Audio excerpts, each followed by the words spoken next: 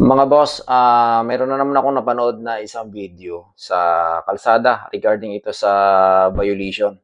Okay, ang involved dito ay isang Grab driver. Tapos MMDE, dalawang MMDE itong mga boss. So panoorin natin yung video. Anong masasabi nyo dito?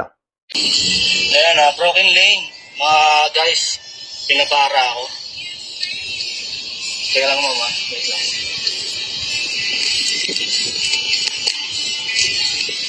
Broken lane siya, ayan. Makita mo dito edge sa top, corner ng mamakap pa. Ang overtake, sir, kapag lalabas ka sa kaliwa, nag-overtake ka sa kanan. Sir, kasi broken lane sir eh. Hindi, sir, ang broken lane. Iba ang sir, overtaking yung shoulder ka, kuya. Hindi ko alam kasi pag sinabing broken lane sir, ibig sabihin pwede kang pasok. Alaw tayo mag-overtake pag broken lane. Alaw tayo mag-overtake, pero sa proper. Kaya sa kanan ka, overtake ka sa overtake ka sa, galing ka sa... Hindi sir ito dito ako galing, itong linya na to. Huwag ka galing eh, galing ko eh. Kaya nga, dito ako galing sa linya na to. Huwag ka galing, kuya. Tapos Dito, hindi ako galing dito sa may dulo, dito ako galing sa may pangalawang linya Huwag ka galing kumano ka Kaya nga, pangalawang lane, ito, dito ako galing dyan dyan ako galing, hindi ako galing doon. Hindi nga, doon ka nga, kuya. Diba, dito ka galing? Dyan, ay ang linya na yan. Bakit nga, kuya? Kasi ito, linya, Kasi hindi naman siya solid lane eh. Hindi siya solid lane. Pag sinabi mo nga, kuya, yung solid lane, saka broken line, yun, kapag ikaw mag-overtake, kung ikaw yung nasa kaliwa, overtake ka sa kanan, pwede yun. Hindi Problema doon. hindi sir, bro. Pag na-reckless, pag sinabi mo kasi na-reckless ako, Kuya, gawin mo sa skyway yan. hindi, ba't sa skyway? Nandito tayo dyan sa EDSA. Ganun din yun, kuya. Skyway nga sabi niya, skyway. Kaya nga, ganun nga sa overtaking yung shoulder yung kuya tawag doon. Hindi kasi broken. Alam mo sir, pag sinabi mong broken lane, ibig sabihin, Kuya, importer kami. sir, nakakuha ako ng lisensya sir, alam ko yung mga batas na sinasabi mo. Kasi, pag sinabi mong solid lane, yan, bawal ka talaga kumaliwa o kumanan. Alam, Di ba? ang driver niyo ba to? Hindi, driver ako sir. Patingin niya sa tabi mo muna yung... Ayan, titigitan ako. Broken lane nga dito.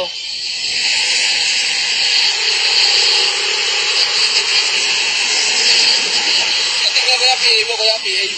Walang problema, walang problema. Ano, tapos na tayo. Sige, PA na kuya. Sige. Wala namang problema. Ano ba kayo, ma'am? Oo sir, ayan sir. Ayan. Walang PA ko.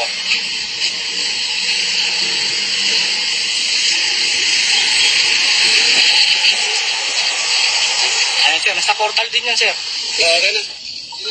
Thank you sir. Sige. Thank you. Huwag mo ipupos, kuya. Oo, walang problema. Walang problema. So, yun nga mga boss, no. Sino ang tama dito sa kanilang dalawa? Yung Grab driver ba o itong MMDA enforcer? Kasi kung ako ang tatanungin bilang isang driver, ko kasi masasabi na tama ba yung para sa akin, for me, tama ba yung driver ng Grab or tama din yung enforcer?